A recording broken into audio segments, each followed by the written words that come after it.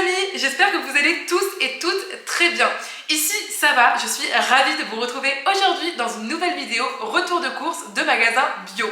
Alors pour vous expliquer nos habitudes alimentaires rapidement, nous sommes deux à la maison, mon copain qui mange très clairement pour 3 et moi.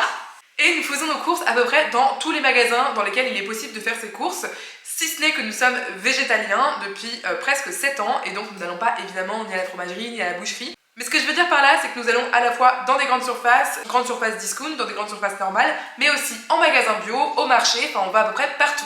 Donc aujourd'hui, je vous retrouve pour un retour de course spécial magasin bio. On est allé dans un Satory's et c'est une très grande surface, je crois qu'elle fait plus de 1000 m². Et j'aime énormément cette boutique puisqu'il y a beaucoup de produits en gros contenants. Et il y a aussi là-bas des produits assez spécifiques qu'on trouve pas partout, type des algues fraîches, type du réfort, ce genre de produits que moi personnellement j'aime bien pouvoir me dire que je peux acheter. Et c'est vrai qu'à l'époque où j'habitais à Paris, c'était pas évident de trouver ça dans un magasin bio.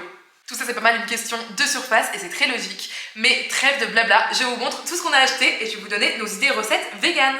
Donc sans plus tarder, je vais commencer avec les produits frais. Tout d'abord, on a pris un potimarron. Ce qui était très chouette, c'est que lorsqu'on est allé dans notre Satory's, on a eu une réduction de moins 10% en caisse, parce qu'en ce moment ils font moins 10% sur tous les magasins Satory's de notre ville, donc assez chouette. Et du coup, les prix étaient assez, franchement, relativement bas, je trouve. Je vous dirai pour combien j'en ai eu au fur et à mesure. Je vous mettrai une petite indication de prix sur l'écran pour chaque produit. Du coup, on a pris un beau potimarron, il est assez gros et je vais l'utiliser pour faire une recette de Noël que j'ai super hâte de vous proposer sur mon Instagram. Dites-moi d'ailleurs d'ores et déjà en commentaire si vous seriez intéressé par un menu de Noël en vidéo YouTube, parce que j'ai bien prévu de vous proposer au moins normalement, a priori, si tout se passe bien, 2 menus de Noël vegan, mais pour l'instant j'ai prévu de vous en proposer que sur Instagram. Mais après tout, je me dis que ça peut être sympa, peut-être une vidéo YouTube menu de Noël vegan. Donc dites-moi vraiment si vous avez un intérêt pour, et dans ce cas-là, je me pencherai sur la question. En tous les cas, j'ai acheté ce potimarron pour faire un potimarron farci de Noël. C'est juste magnifique en fait, il faut l'ouvrir, l'évider et ensuite le garnir avec une farce qu'on fait à base de noix et de champignons divers et variés. Le tout bien évidemment cuisiné en amont, puis placé au four. Et c'est une recette que j'avais faite l'année dernière pour notre nouvel an. Vraiment, on avait adoré, c'était juste splendide. Et si je vous retrouve une photo, je vous la mets juste ici. Je trouve que vraiment, quand on pense à faire un Noël vegan, on n'a pas forcément en tête des idées de plats conviviaux qui puissent plaire à tout le monde. Et vraiment, j'aime beaucoup en fait ce côté courge farcie qu'on va vraiment couper en tranches et qu'on va déguster, qu'on va partager en fait entre les convives de la table. Je trouve ça très convivial justement et très sympa. Donc j'ai super hâte de vous proposer cette recette. Pour cette même recette du coup, j'ai également acheté un poireau. Également pour la farce du potimarron, des lentilles vertes du Puy. Quand je peux, quand j'ai le choix, je préfère en général les lentilles vertes du Puy, je les adore. Même si récemment j'ai goûté des lentilles brunes des montagnes et j'ai trouvé ça très bon également. Mais c'est vrai que je trouve ça hyper chouette de savoir qu'on a en fait finalement une telle diversité de fruits, de légumes et de légumineuses en France. Je vous assure que c'est pas évident. Je me suis vraiment rendu compte de ça lorsque je suis allée en Allemagne et qu'ils m'ont dit ah bah non, ici on n'a pas de soja. Pareil pour l'Angleterre, ah bah non, ici on n'a pas de soja. Ah bah non, ici on n'a pas de lentilles. Ah bah non, ici on n'a pas ci, on n'a pas ça. Et je me suis dit mais enfin c'est fou. En fait en France on a vraiment une diversité de produits frais assez incroyable. Et même en fait sur des produits qui peuvent paraître aussi basiques que des légumineuses, et ben on a vraiment des produits d'exception. Et il faut dire que les lentilles vertes du Puy, si vous n'avez jamais goûté, c'est en général quand même supérieur en goût. On a acheté également pas mal de champignons, on en a pris 3 sortes différentes que je vais vous montrer tout de suite. Ici on a pris pas mal de champignons de Paris bruns. Les champignons de Paris blancs sont très bons, mais j'avoue que ceux qui sont bruns sont encore meilleurs. Donc j'en ai pris également toujours pour la farce du potimarron pour Noël, mais également pour une autre recette de bœuf bourguignon vegan. Du coup, je remplace la viande de bœuf par des champignons et je prends différentes tailles de champignons. J'adore les champignons portobello, comme vous pouvez le voir à l'écran, c'est vraiment un énorme champignon.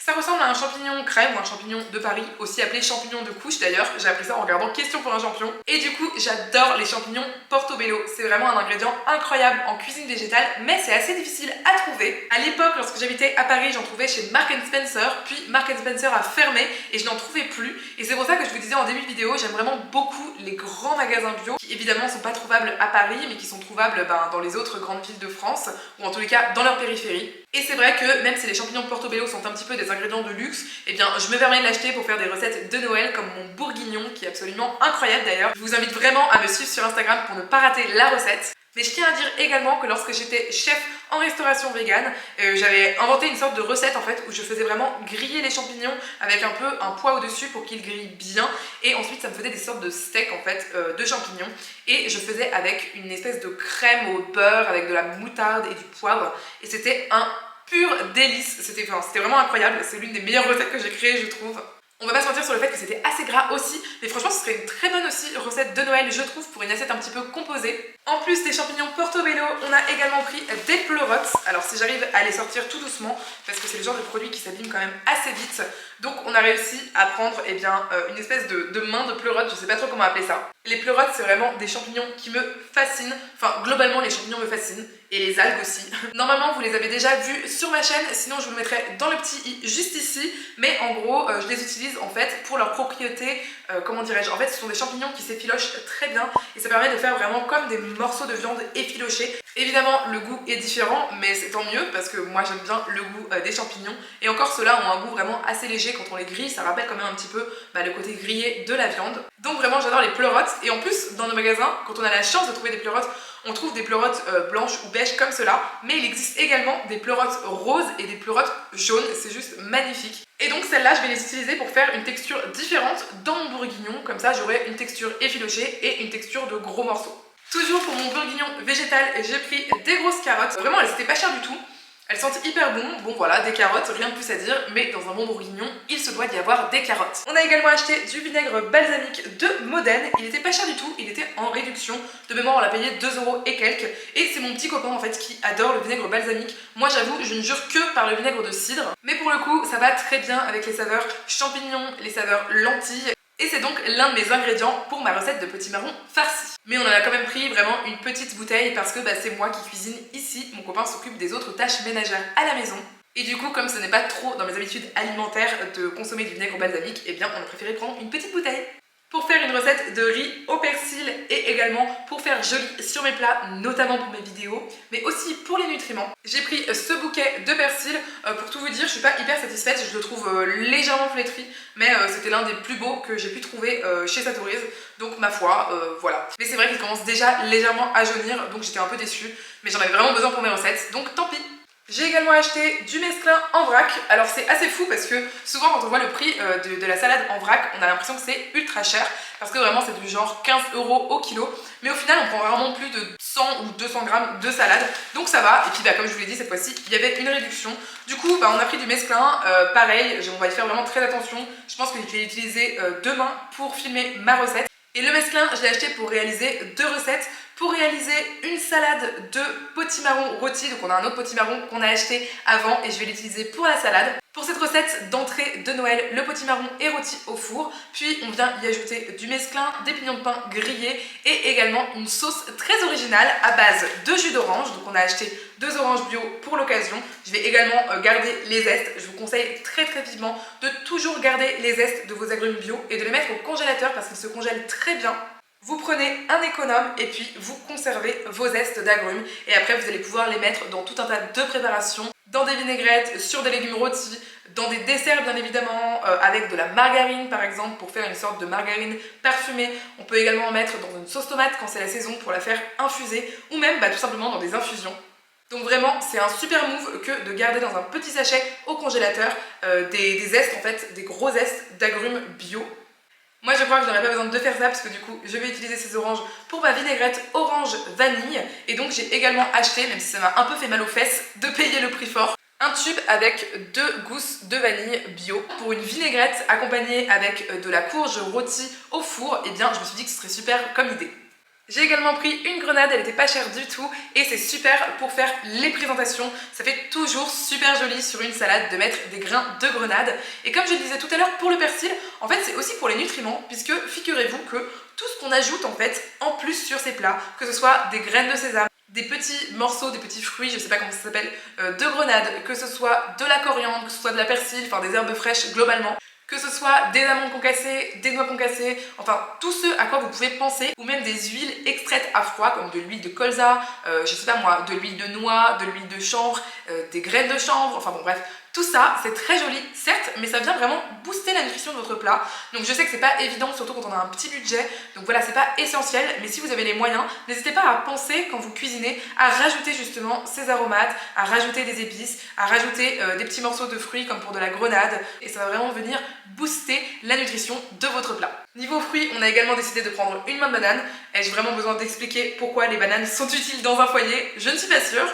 Je vous parlais de Réfort tout à l'heure, et bien la dernière fois qu'on est allé au Satories, on a acheté une moutarde au Réfort. C'était la première fois de ma vie que je goûtais une moutarde au Réfort. Alors je connais le Réfort puisque m'intéressant beaucoup à l'Allemagne, c'est un endroit dans lequel on trouve pas mal de Réfort. Mais un mélange de moutarde et de Réfort, ça je n'avais jamais goûté et c'est tellement bon, c'est tellement fin. C'est un petit pot de 125 ml mais il coûte moins de 2 € et franchement c'est un réel plaisir à déguster ou avec nos simili carnés, donc nos viandes végétales, ou à déguster avec certains légumes, avec de la pomme de terre, c'est hyper bon aussi. Bref, on adore cette moutarde au Réfort donc il fallait absolument que j'en rachète. On finit avec les produits laitiers végétaliens. Alors les produits laitiers végétaliens sont assez nouveaux sur le marché, sauf pour les yaourts de soja qui existent depuis longtemps. Mais il faut savoir que les produits laitiers végétaliens donc ne sont pas fabriqués logiquement à base de lait de vache, mais plutôt à base ou de légumineuses. Donc ça va être dans la majorité des cas du soja, mais ça peut aussi être d'autres légumineuses. Aujourd'hui on trouve des produits assez innovants faits à base de pois ou bien de haricots. Et l'autre grande catégorie qui va constituer les produits laitiers végétaliens, ce sont les oléagineux. Donc il va y avoir la noix de cajou qui est assez connue, mais également parfois de l'amande, des graines de tournesol et d'autres types de graines. Donc on a pris un yaourt de soja à la grecque, il n'est pas beaucoup plus cher dans notre magasin bio et avec les réductions qu'il y avait en ce moment, il est plus épais. Et si vous n'avez pas vu ma dernière vidéo, sachez qu'il y a une recette dans laquelle je l'utilise, qui est ma recette de gratin. Un peu, je mets des gros guillemets évidemment, mais un petit peu façon tartiflette, mais du coup sans le fromage, donc je sais pas trop comment appeler ça.